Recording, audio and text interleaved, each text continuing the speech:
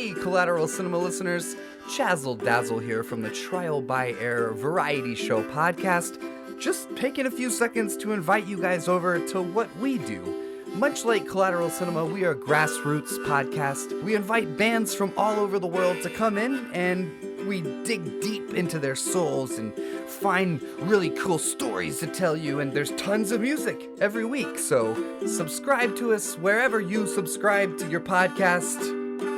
We look forward to having you. Tonight on the Director's Cut, it's movie review time once again as we explore the world of 90s Skinemax with Body Chemistry 2, and we check out the 2008 horror comedy Triloquist. So stick around. The show starts right now.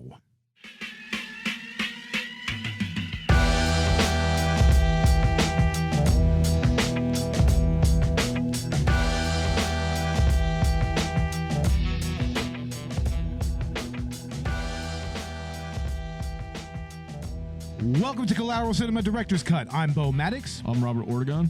And we're podcasting straight from somewhere in South Texas. And yes, my friends, we are a 420 friendly podcast. So whatever you have, be it dabs, blunts, bongs, or joints, smoke it if you've got it. And ladies and gentlemen, we just want to go ahead and give you a little content warning due to the nature of the content we're about to give you here, because we're going to start off with a little bit of a racy subject matter, so to speak. Right, Robert? Yeah. Yeah. Well, what's the title of this? The title of this movie is Body Chemistry 2, Voice of a Stranger. And this is representative of a very specific place in time on a very specific type of television where you have the genre of 90s quote-unquote Skinemax movies. Now, for a lot of us who grew up in the 90s, who came of age, other than, you know, maybe the internet, which wasn't very reliable when it came to that sort of thing, this was where a lot of us first kind of saw, you know, anything that's like erotic or, you know, even slightly pornographic. AOL dial-up. AOL dial-up, of course, yeah. But this genre had a few specific flavors to it. Like, first off, you had the original content released by Skinemax and Showtime, and I think even HBO had something similar to that. And it was stuff like Erotic Confessions, stuff like Red Shoe Diaries, you know, Hotel Erotica and stuff like that. That was original content made by, you know, Skinemax and Showtime and whatnot. And they were usually very short episodes, usually not any more than 35 or 45 minutes. And they'd tell really short, you know, self-contained erotic stories, you know, and it had the whole, you know, gamut and everything. The other flavor is specifically erotic genre movies. Now, that kind of has its roots a little further back in straight-up exploitation cinema. Like, you had movies like, you know, Ilsa, She-Wolf of the SS, which, you know, was pretty graphic, but also had a real softcore element to it. These movies also run the gamut of different genres, of course. Like, there were action erotic movies, like namely the movies of one Andy Sedaris, which we will get into on another episode because his filmography is actually pretty interesting when it comes to trashy exploitation erotica. And we're actually watching an Andy Sedaris movie right now, A Hard Ticket to Hawaii, I believe. Robert, what's your take on Sedaris' work? Oh, it's not too bad, really. I mean, what was the one we just watched before this one? Malibu Express. Yeah, that one. Oh, that one was corny as all hell. It's like, Jesus Christ, every time I turn my head, there's just nudity. It's like, oh my Lord. David Hasselhoff. Yeah, it's almost like if Baywatch had Miami nudity. Vice. Or Miami Vice and Baywatch if it had nudity in it and sexual content. But the specific genre that we are focusing on here, or subgenre, I should say, is the erotic thriller, which has some examples of mainstream success even. You have movies like Basic Instinct, and to a degree, I guess Fatal Attraction kind of falls under that bailiwick. And a lot of the early movies of Brian De Palma kind of had that feel to it. Like, for instance, Dressed to Kill kind of feels like a really, really high-end, high-concept version of this type of genre, kind of a, precursor to it. I mean, and this even goes all the way back to a lot of the softcore stag movies or nudie films that be shown at certain drive-through movies and whatnot, or drive-in movies, I should say. So, I mean, you can pretty much trace this straight from the beginning of exploitation cinema all the way to the 90s, which was the heyday of this particular type of cinema. Robert, what was some of your earliest memories of this type of movie? I know that you grew up in a similar time that I did, and in the 90s, and I know that you probably came across this stuff, right? Yeah, every once in a while. You'd see a story like late night on HBO or Showtime. Yeah. Like right after your Bikini Ghost Girls, Bikini Roundup Gang, or whatever. Yeah, there's a lot of these movies that start with bikini. I mean, needless to say. I saw one with Billy Zane. He was stuck on an island too. Really? Billy Zane? Yeah. Are you kidding me? Something like that. It was a cheesy late night softcore, probably TVMA thing, but yeah, all this stuff came on like after hours. It was way after even prime time hours. Exactly, when your parents went to sleep, dude. And I guess you just stay up late because that's what we do, right? We stay up late. Exactly. That's exactly what you would do. You would just stay up late, and if you were alone and you had some time, you just snuck some of this stuff. I mean, I've seen a meme which said that this stuff was pretty much like Pornhub for teen boys in the 90s. Yeah, it was. But like I said, erotic thrillers, it's something that has a little bit of history and has even broken to the mainstream here and there. But this particular movie is of the B-movie variety. The Body Chemistry series is focused on one, I think her name was Dr. Carla Fisher or something like that. Something to that degree. Oh my God, I already forget this woman's name in this movie. But she's a sex therapist who is on a radio station and is giving some questionable advice to some of the people that calls into her show. And she gets involved with this one dude. His name is Dan, although he calls himself John on the radio show. He calls in and says that he likes his intercourse a little on the rough side. Needless to say. I mean, ladies and gentlemen, I'm trying to be as PG-13 as I can about this shit, but it's pretty fucking hard. I mean, I don't want to get like too salacious or anything, but yeah, the tactics that this lady uses as therapy is a bit extreme, and it starts to kind of go the Fatal Attraction route where she starts to get really, really attached and obsessed with this Dan guy to the point where she's even sexually assaulting him. There's a scene where she straight up handcuffs him and sexually assaults him. It's like, what the fuck? Where's this coming from? But, I mean, it's got an interesting kind of grit to it as a movie. I mean, Robert, what did you think as far as like how the movie was constructed? At first, I just want to know how she found out that it was him on the radio when she met him in person, right? Yeah. Like she just knew it. Like, have we met, right? And then... Yeah, she pretty much just pointed him out right away. She figured it out just by listening to his voice. Yeah. And, confronted him and everything, and initiated this really weird psychosexual relationship between the both of them. But needless to say, it starts to get in the way of his actual love interest. I think her name was Barbara. Yeah, gorgeous lady. Yeah, she's the girl next door type, more or less. She's a redheaded girl, and she's really kind of the former love interest of Dan, the main protagonist. And the Black Scorpion. And the Black, yeah, I'm pretty sure she's the Black Scorpion too, from the Black Scorpion movie. Which in and of itself is not a erotic movie, but it does have a sex scene that is kind of Skinemax-ish. But it's not enough to me to really put it in that category. you know, but that's another movie to talk about for another time. In Body Chemistry 2, the story is pretty standard for this genre. You know, it's erotic thriller. It's the main antagonist, of course, this Dr. Carla Fisher, or whatever her name is. Like, she's pretty much off her rocker and is just, like, throwing herself obsessively at this guy. Honestly, because she realized that he likes his sex rough. And he thinks that she's going to cure him or something. I mean, I don't know. The story kind of falls apart near the end. I mean, spoiler alert, she manages to have the cops come in and pull a suicide by cop on him, leaving her uninjured, of course. Yeah, that was totally like Cycle 2 or something. Yeah, it was. Just left you with a cliffhanger, right? A little bit of a cliffhanger. I mean, it did have 2 other movies after this, and I haven't seen those movies, but I did come across one of them at Half Price Books, and it was almost $40 fucking dollars. $40, dude. Yeah, $40 goddamn dollars.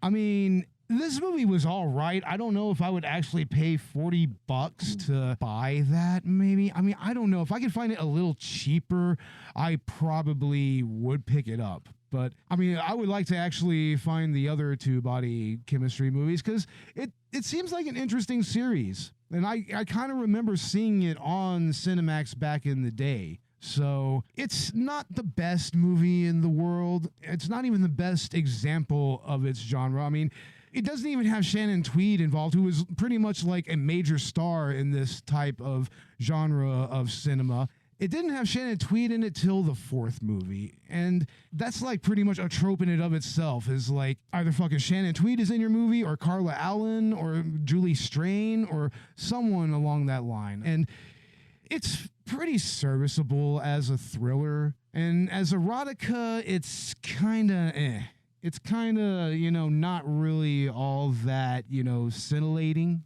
It's more of a Tales from the Crypt movie. Yeah, exactly. It feels like an extended episode of Tales from the Crypt. Yeah. It has that campy quality to it. It's all that's really missing is the humor and the Crypt Keeper and everything. Yeah. I mean, there's actually a lot of Tales from the Crypt episodes that kind of play out like a lot of these erotic thrillers, right? Most definitely. Yeah. That early 90s. Yeah, that early 90s vibe, especially that kind of horror thriller vibe, because I would like to posit that Tales from the Crypt, a lot of it wasn't really straight horror. A lot of them were more like thrillers, kind of, you know, character dramas or even just comedic pieces. Yeah, thrillers like Are You Afraid of the Dark? Yeah, it was more like thriller material. I mean, that's why a story like this would actually really, really fit here. You know, it would fit in Tales from the Crypt. Perfectly. And remember, Tales from the Crypt itself was an original production from HBO. Billy Zane, Demonite. Which I want to go ahead and remark, HBO had a show back in the day called Real Sex. Yeah, I remember that. And that was a little more different from the Skinemax stuff because it was actually closer to like a sex documentary that would come on, like, I think weekly. They would have new episodes. And that was a show that was really ahead of its time in its own right because it had, you know, positive representations of sexuality, of sexual identity and expression. I mean, that was like the first time I ever saw like kinks, you know, like actually shown. Hell, the first time I've ever even seen transgender people in any capacity was on that show. The first time I saw a sex dummy too. Yeah. Oh yeah, the sex dolls. Yeah, that was my first introduction to the real dolls. It's like, oh my God, what the hell? Yeah, it had their workshop and everything. And there was also an episode where they featured those 2 guys who does like performance art with their genitals. That was illuminating. And I remember this one where there was this weird like retreat for men, and it was all about like the penis and everything. They had a ginormous fucking dick statue. I'm serious, man. They had a goddamn dick statue and they were all like spiritual about this shit and everything. I was just like, okay, what's the point of all of this? But that was an interesting show. And as far as Body Chemistry is concerned, I guess we can go ahead and give this movie a rating. I would give this at least a solid 3 out of 5. I mean, it's not the best representation of the genre, but it's an interesting enough movie to be passable, and it definitely has all the tropes and hits all of the notes of this genre, which, by the way, and I want to go ahead and posit this as a pet theory of mine, one of my personal theories about The Room is that is technically a straight up stealth parody of these types of 90s Skinemax movies. I mean, right, Robert? Doesn't it kind of feel that way a little bit? It has to be. It's the only explanation, dude. It really is. It's the only explanation for something like this. And I mean, the way that the sex scenes were shot and everything, like they kind of hit a lot of those notes, you know, the cheesy music, the weird way it's edited and everything. Like it really has a lot of those tropes, like whether that was a deliberate thing on Wiseau's part or not, I'm not really sure. But that's just my little theory about The Room, is that it feels a lot like a more art house version of movies like this. That's what it feels like. It was James Cameron. James Cameron? Oh my God. Once again, we are watching Andy Sedaris. God damn it. But what would you rate this movie, Body Chemistry 2, based on what you saw, Robert? Based on what I saw, maybe like a 2.5. Right? 2.5? Like, what kind of brought that score down for you? Bring it down. I don't know. I just wanted to say it because you said a 3. And Oh, you bastard. You're trying to... Should I agree with you? 3? No, you shouldn't. Honestly, I don't know. 2.5 is also a fair assessment of this movie. You know, I guess I'm just sort of jumping into these movies again for the first time. Yeah. I haven't really seen them in so long, so, you know. Yeah. And what are your final thoughts on the Skinemax genre itself? I think it's not bad. I think we should have like a bunch of these as collectibles. Yeah, I would actually like to track down some of these movies. And incidentally, on YouTube, I did find a playlist. If you just search Skinemax in YouTube, there was actually a YouTube playlist with at least a good 60 or 70 of these movies. Some of them have been deleted or privated, but I mean, they had a lot of them. It's amazing that shit is even, you know, passing on YouTube, especially as, you know, churlish as they've been with, you know, adult content and everything. This makes me want to just track down more of the stuff we watched when we were like grown up. Yeah, it does, you know, because I mean, there is kind of a level of nostalgia to these movies. I mean, for most all of us millennials, I mean, this is like a first real introduction to sexuality, you know, for a lot of us. Yeah. Whether it was right or wrong for us to indulge in that, I mean, I don't know. But Dad's Playboys. Cough, cough.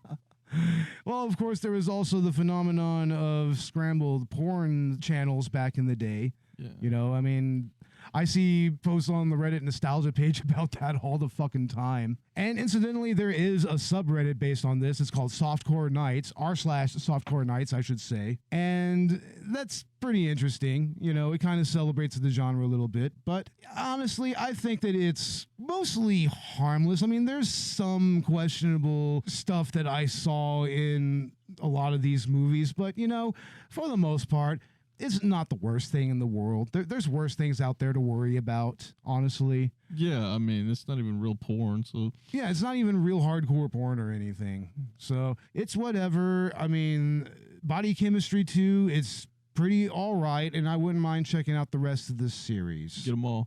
Get them all, exactly. Try to get them all, Beau. I'll try.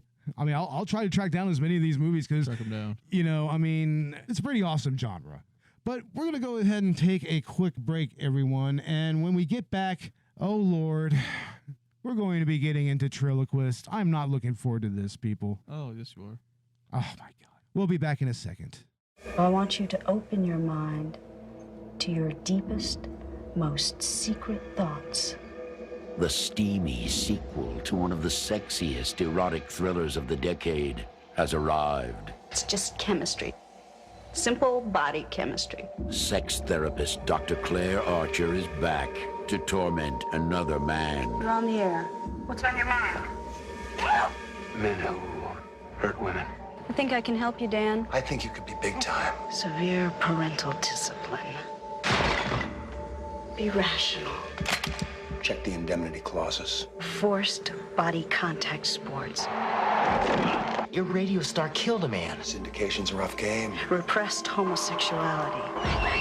You don't want me, do you? It's the oldest story in the book. You don't need me, do you? What are you doing to me? Your body has been shaped for the sole purpose of hurting others. Whatever images come to you, let them in.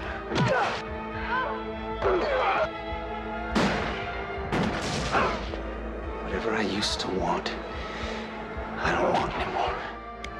Who says you can't have it all? Shut up! Don't you understand we belong together?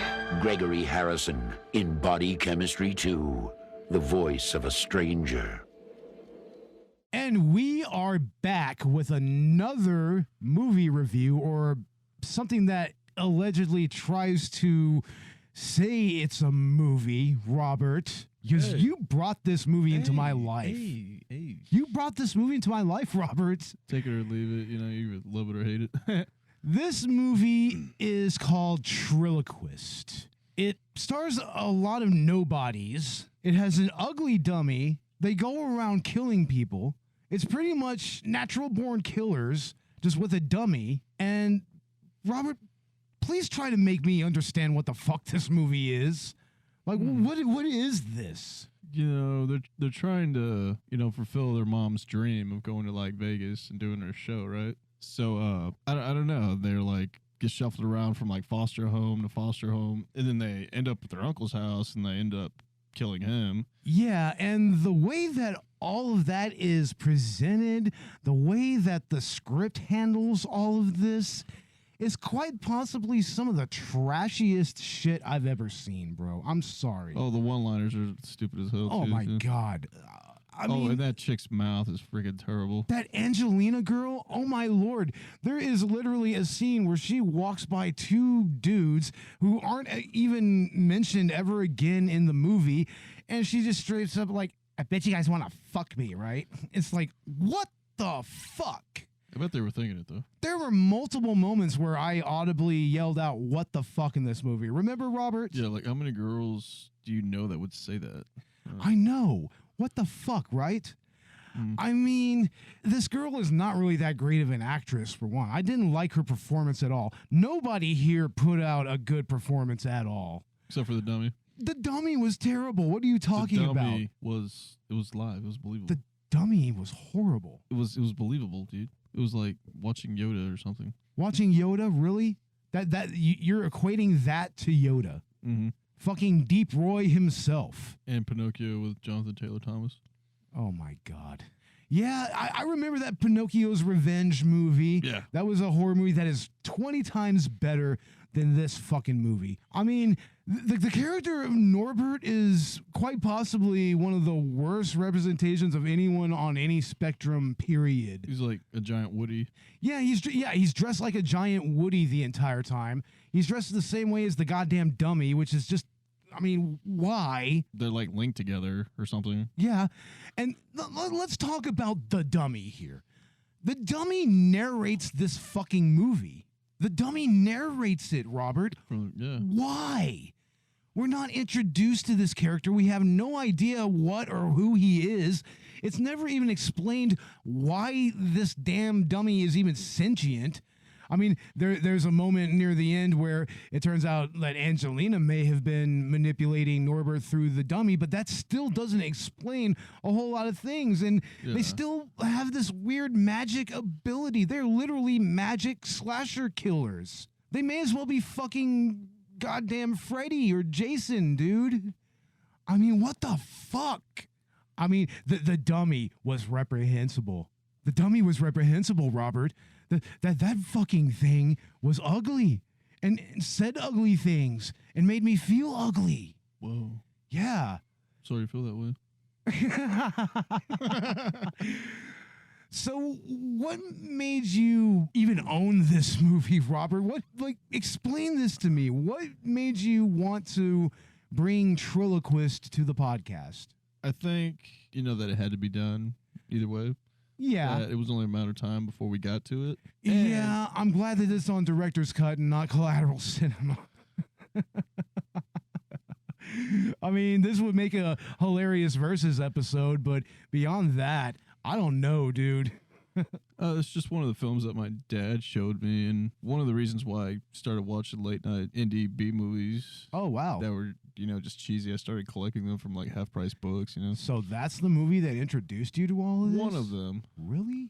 Yeah. I think more watching 2003 B movies. Yeah. A lot of the Asylum movies and everything, and dude. some of the Full Moon movies. Which some of those are really good, of course. I mean, I have a lot of Full Moon. I have one Asylum movie, and it's the one good Asylum movie. Like, I remember my first one was like, I think it was called Final Cut or something. Final Cut? Yeah, and there was just a killer running around in the house. And wow. It was like a high school sorority or get-together thing or something, Yeah. And just there was like a killer running around, and he just takes everybody out one by one. Yeah, I think I might remember what you're talking about. I think you might have shown that to me somewhere. I think I may have shown you the trailer, and that's one of the ones that I got rid of and sold at half price, and I probably shouldn't have sold it back to them, Oh, wah, wah, wah. But I'll try to get it back. Yeah, you probably should. That would be a fun watch, Yeah, I mean, they're not... It's really not that good, but it's one of the ones that got me all into all this, Wow. Yeah. Triloquist did it. One of them. God damn it, Robert. Triloquist. I mean, I don't hate it. I think it's hilarious, though. It is...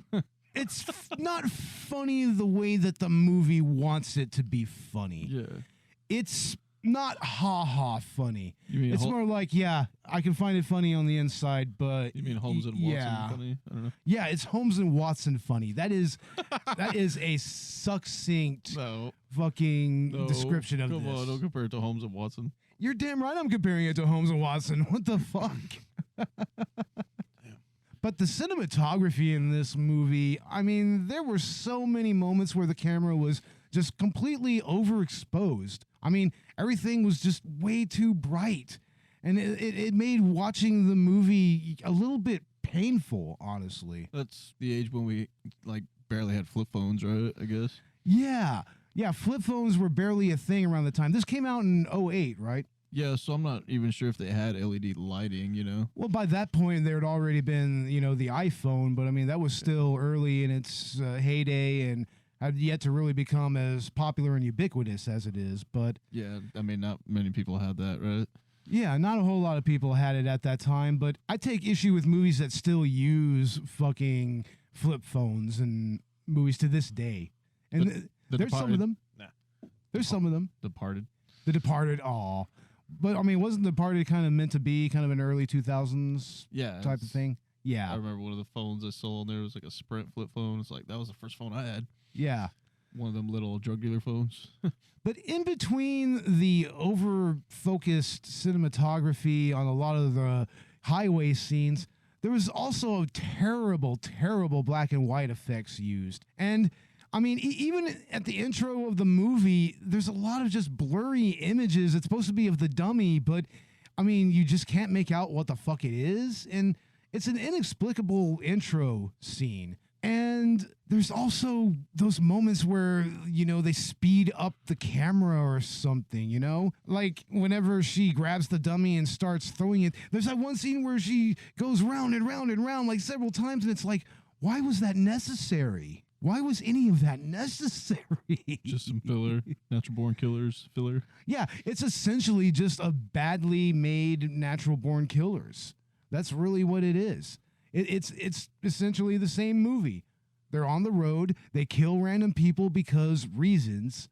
I mean, the dummy, I'm not even really sure what the dummy is. And Magic. Oh, God. I can't accept that as an explanation for this. I can't accept that at all. No, it's not your fault. It's the movie's fault, bro. I mean, this movie just does not present its characters well. And, oh, God, the characters are so cringeworthy. I mean, what was up with that one rapper that just randomly decided to go ahead and play one of his songs for these crazy killers, even after pulling out a fucking gun and everything? I mean, what the fuck was that? It was just for that weird dance sequence. Play a song. How about some fucking respect? Some fucking respect.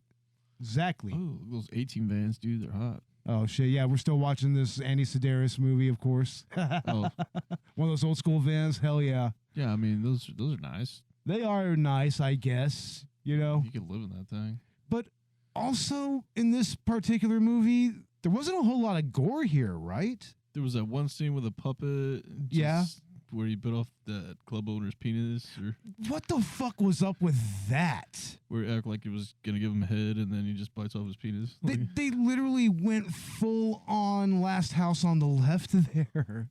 What the hell, That man? was weird, but it's not really a whole lot of gore. I mean, I don't know. Yeah, it's not even really bloody, honestly. I don't think it's bloody to an extent, but not the extent that you think it's gonna be. And that one guy from Magnum PI or something.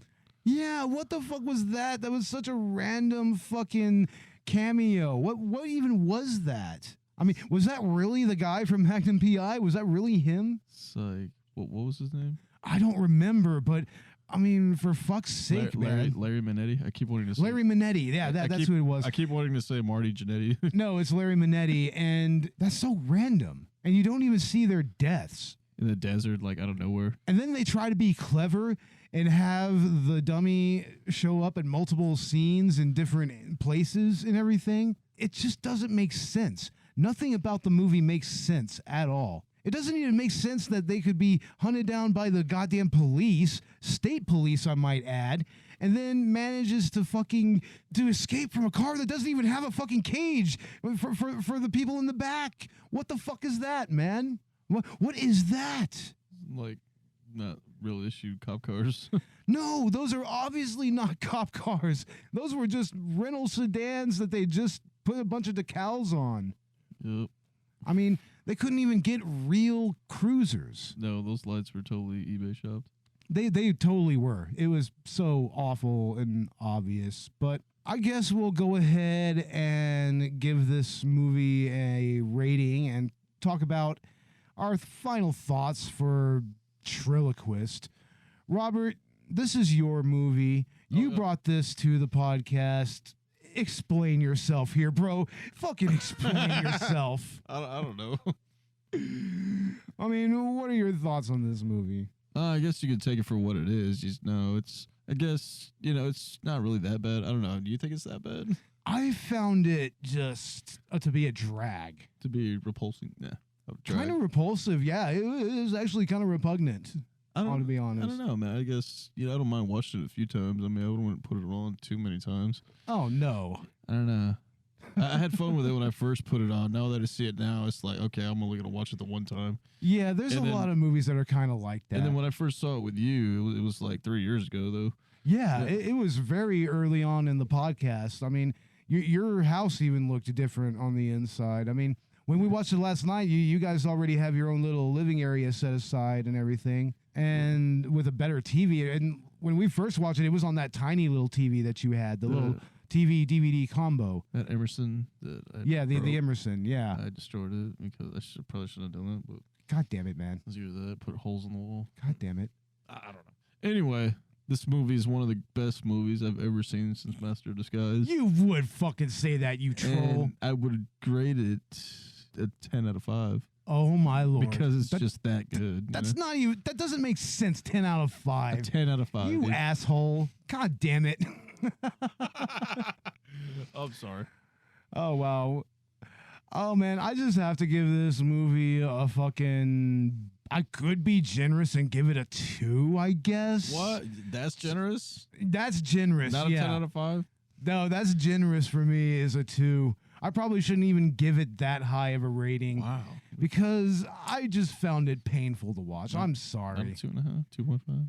No, I can't go any higher than that. It's just there's just nothing appealing about this movie at all. I say it's a pass. But I mean, of Watch course, this movie. Yeah, Robert's gonna say watch this movie. Yeah, and wasn't this produced by the same producers who made Leprechaun? Yeah, we forgot to mention that when we started it. God damn it! I actually like the Leprechaun series. It's got what happened? It's like the wooded area scene where they're chasing the girl. Yeah. Trying to bury her. Yeah. It's like that's the same scene from the first Leprechaun. It practically is. Yeah.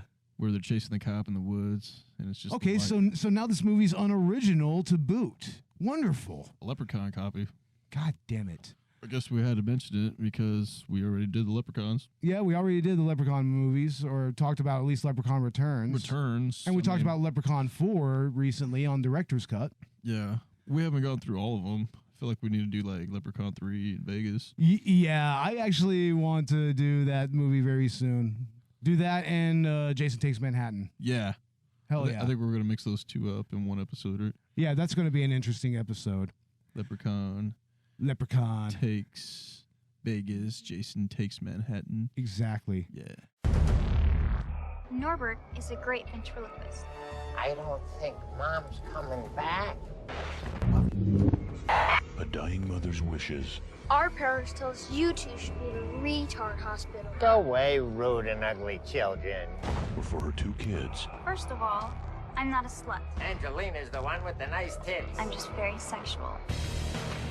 To carry on her family I name. need to find Norbert a bride, and he needs to have a baby with her. What do you want? You're gonna have a baby with my brother. And to live out their mother's dream. How badly do you bleed? But I'm taking him to Vegas to do his ventriloquist act, just like his dead mother. No matter the cost. Hi, can we borrow your car? I wanna drive. Boy, this is my lucky day. Not really. But what they didn't expect was for their mother's dummy to help them out. Chili dogs make me fart.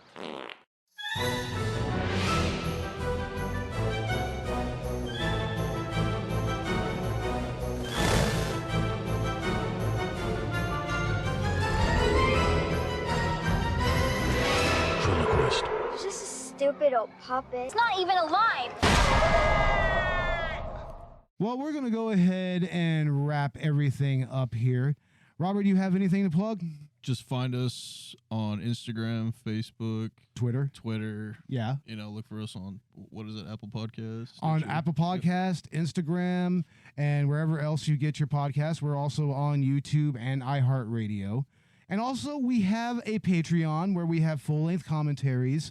Very soon, we will have our own website. And I mean, on the Patreon, you know, the tiers start at $1 and also go up to $5. And yeah, we will have a website very, very soon for the podcast and for all of our other ventures that are kind of, you know, attached to this. And also, we might be doing some commentary tracks that we're going to release here on the actual Podbean feed for free through the Director's Cut logo. It's mostly going to be low budget kind of, or no budget, or even public domain movies.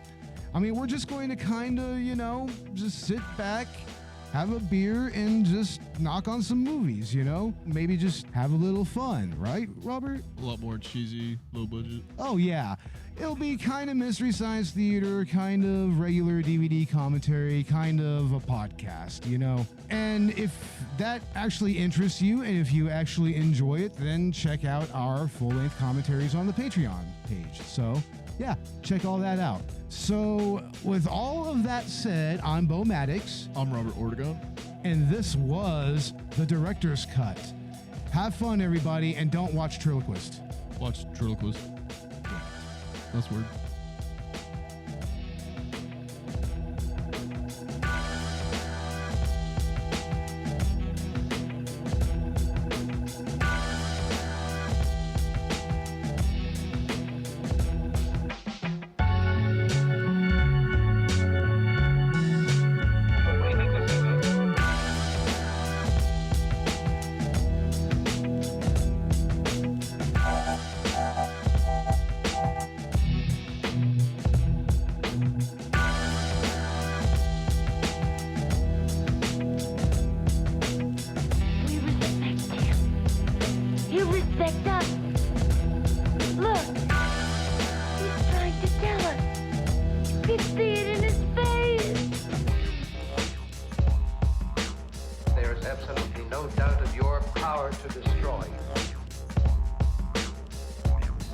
You're a very, very sick man.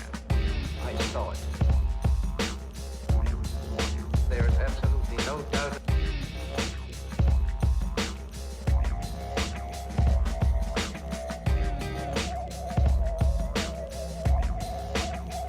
What do you think this is?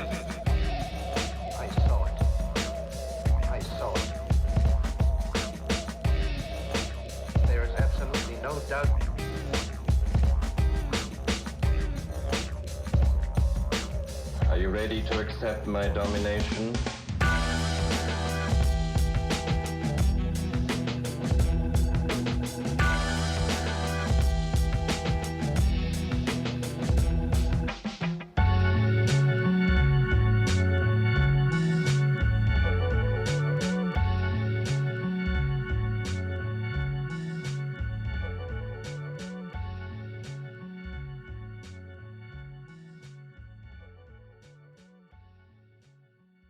Collateral Cinema is a Collateral Media podcast. All music and movie clips are owned by their respective creators and are used for educational purposes only. Please don't sue us. We're poor.